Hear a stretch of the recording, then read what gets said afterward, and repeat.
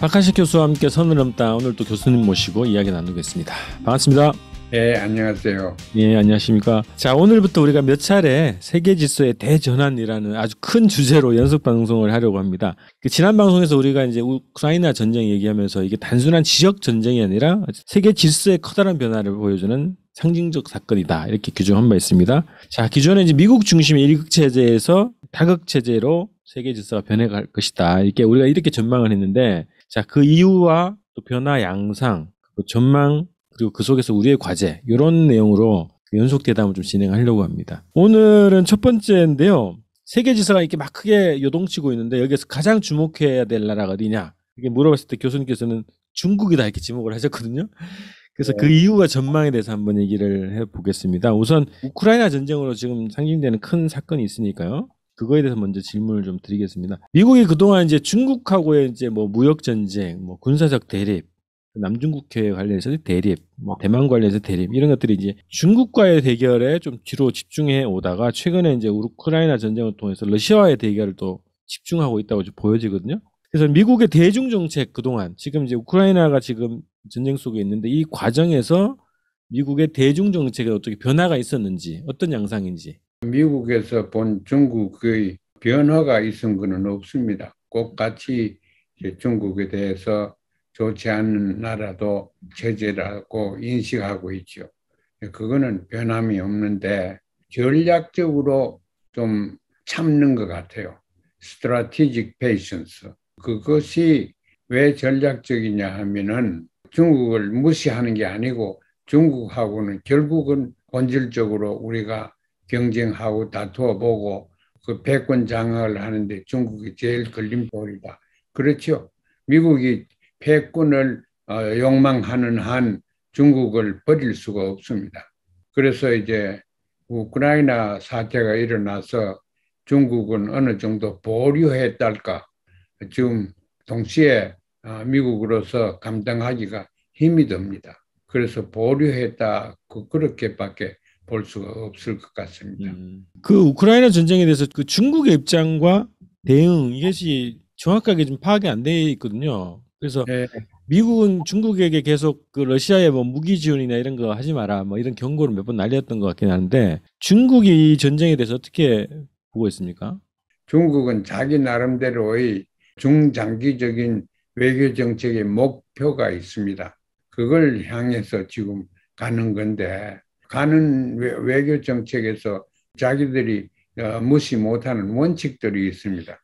원칙 중에 하나가 중요한 것이 민족 자결입니다.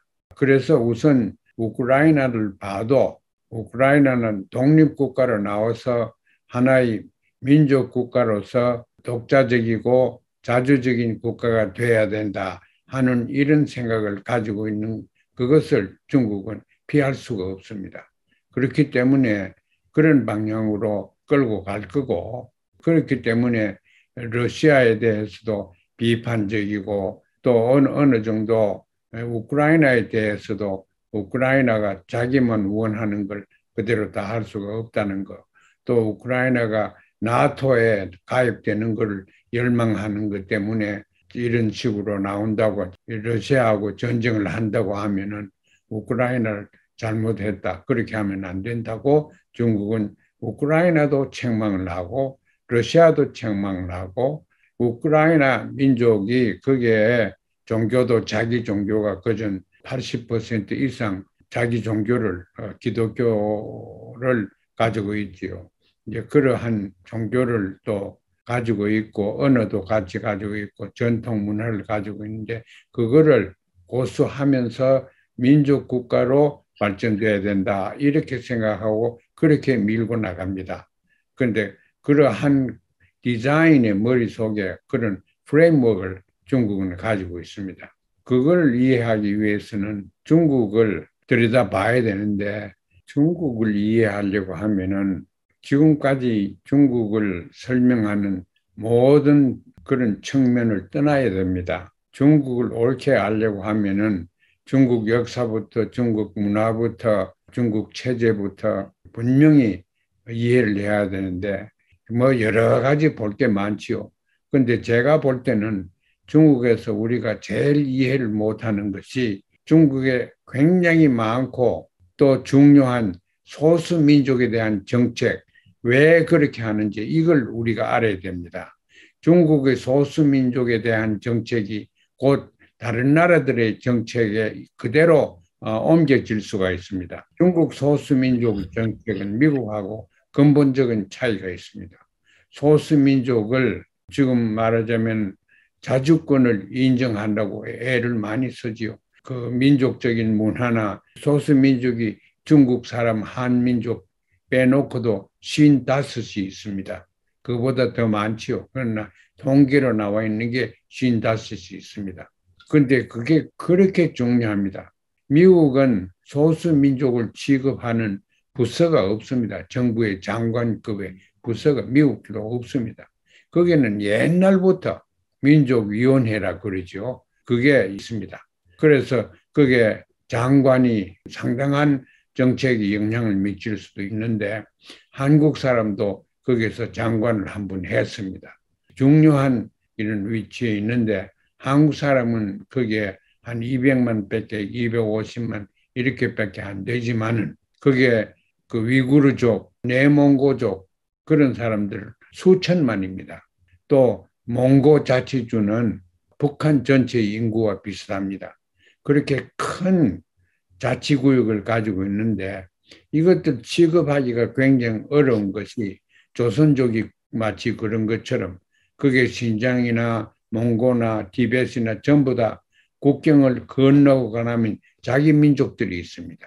종교도 거기에 가지고 있고 불교가 있는 데도 있고 이슬람교가 있는 데도 있고 그러니까 종교도 통하고 민족도 언어, 문화 다 통하는 것이 국경 밖에 있으니까 이걸 잘 다루지 못해서 자기 국경 건너 자기 조국들의 충성을 하게 되면 큰일 나거든 중국으로서는. 그래서 이 사람들을 다스리려고 애를 쓰는데 결국은 우선 대우를 해 줬습니다. 역사적으로도 얼마 전에 중국의 한 가정에 아이를 하나밖에 못 두도록 했는 그것도 소수민족에 대해서는 제외해 그런 법칙을 하지 않고 마음대로 하도록 이렇게 했습니다. 미국에서 그런 식으로 하면은 반대로 하는 인종차별이라고 reverse discrimination. 그래서 백인들이 뛰고 야단납니다. 그런데 거기서는 한족들이 불평을 하지 않습니다. 그게 이제 어디서 오느냐면은 유교에서 옵니다. 그래 기독교하고 유교하고 결국은 대치되게 될 건데 유교는 평화적이고 또 어떻게 하든지 협력을 해가지고 평화적으로 상대방을 인정하고 존중하고 이렇게 하자는 것이 유교고 기독교는 그렇지 않습니다. 상대방을 악마화시켜가지고 어떻게 하든지 없애게 하려고 그걸 하기 위해서 군사력과 경제력을 동원하지요.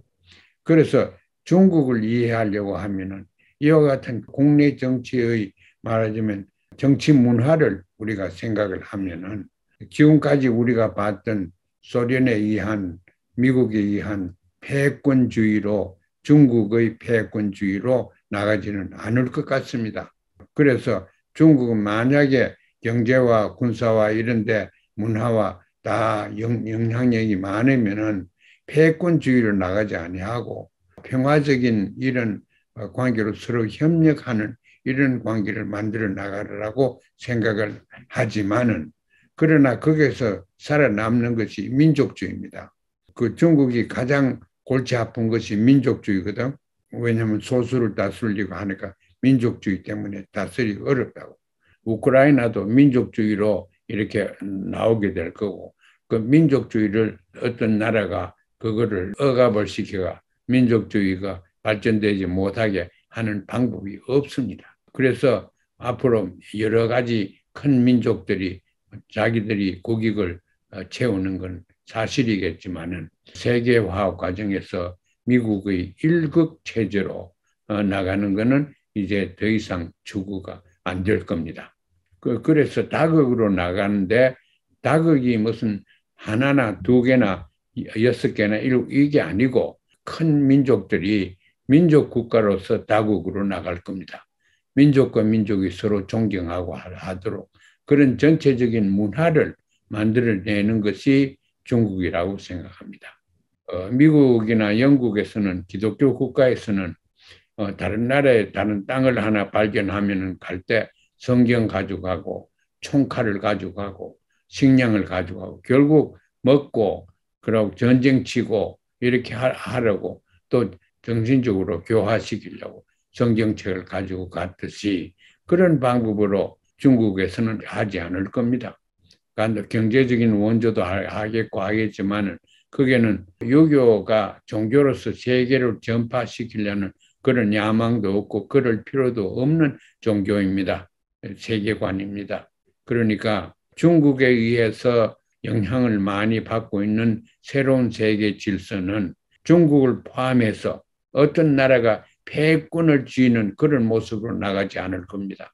그건 퍽 좋은 소식입니다. 지금 이제 중국을 주목하자 이제 이런 말씀에 이어서 이제 그 이유를 좀 말씀하셨는데 미국 중심의 패권 질서가 이제 무너지면 새로운 질서라는 게 다극 체제의 질서가 만들어질 거고 거기에서 중국이 이런 변화된 질서를 주도하거나 아니면 가장 큰 영향력을 행사할 것이다. 주로는 언론에서 분석하는 게 경제력 때문이다 이렇게 분석을 많이 하거든요.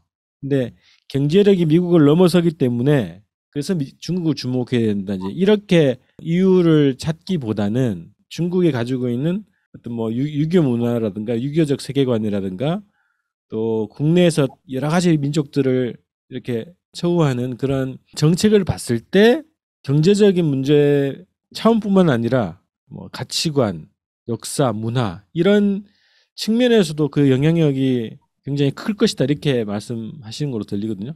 예, 경제적인 영향력이 중국으로서는 상당히 중요하고 또 많이 성장됐죠. 그러나 동시에 성장된 것이 세계 경제 체제라는 것은 상호 의존대가 있습니다. 내 혼자만 잘 살 수 없고 우리 둘이 같이 잘 살아야지 각각 잘 살 수 있기 때문에 물건을 만들어도 시장에 갖다 팔려고 하면 시장이 있어야지. 사는 사람들이 경제력이 있어야 살 거 아니에요. 그럼 그 사람들을 굶겨 놓으면은 지금 시장이 없어진다고. 그래서 시장이 없어지가 지금 상당히 어렵게 되어 있습니다. 국제 질서가 없습니다.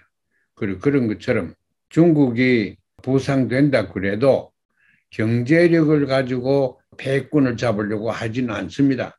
미국이 지금 경제력이 대단합니다.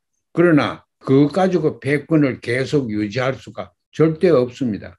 왜냐하면 경제라는 것은 상호 의존대가 있기 때문에 미국이 덕을 보면 꼭 미국이 손해보는 구석이 있다고. 그래서 경제 가지고는 세계 질서를 논할 수가 없다 하는 그런 결론이 나오고 그다음에 세계적인 정치 이념 가지고도 사회주의나 자본주의나 이 무슨 주의라는 것도 이제 끝장났습니다.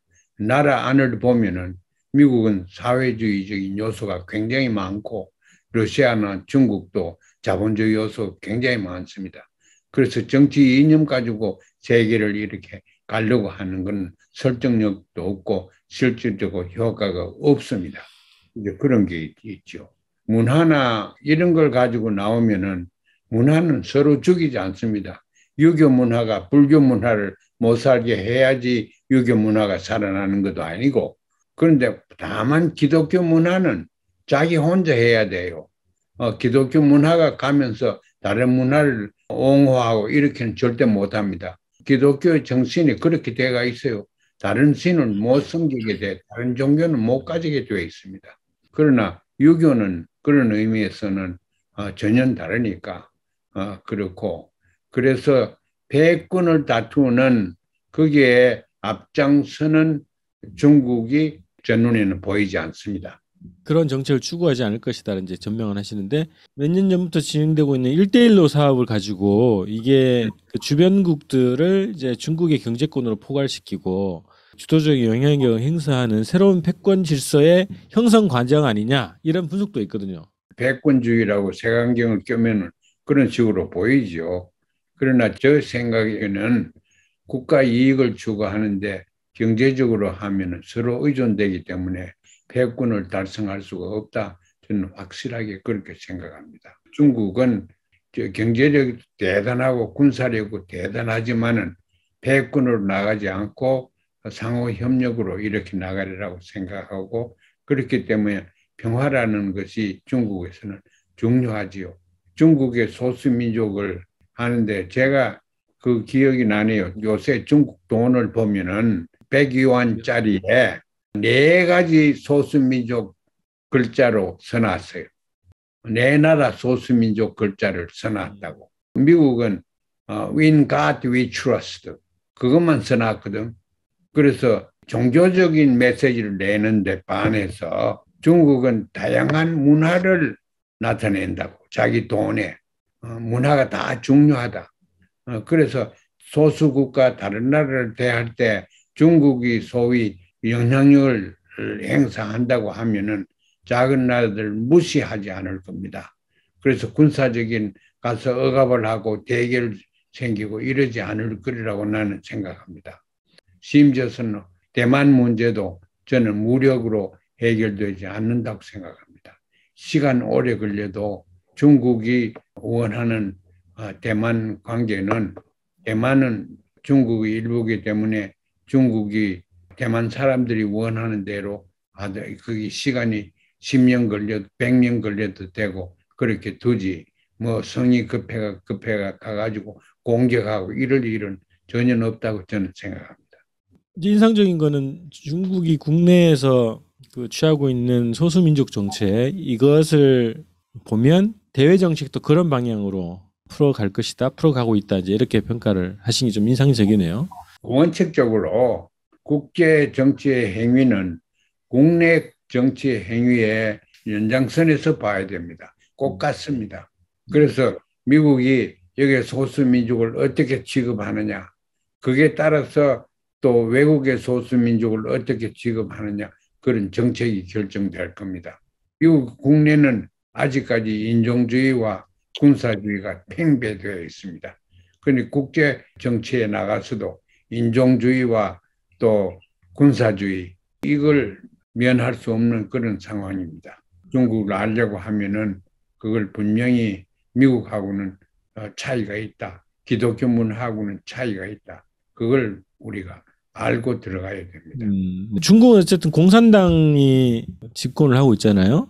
그러면 공산당이 어쨌든 정치 노선으로는 공산주의, 뭐 사회주의 이런 것들을 채택하고 있는데 유교를 강조한다는 것은 공산당 집권당이 유교 자체를 통치 이념화했다는 건가요?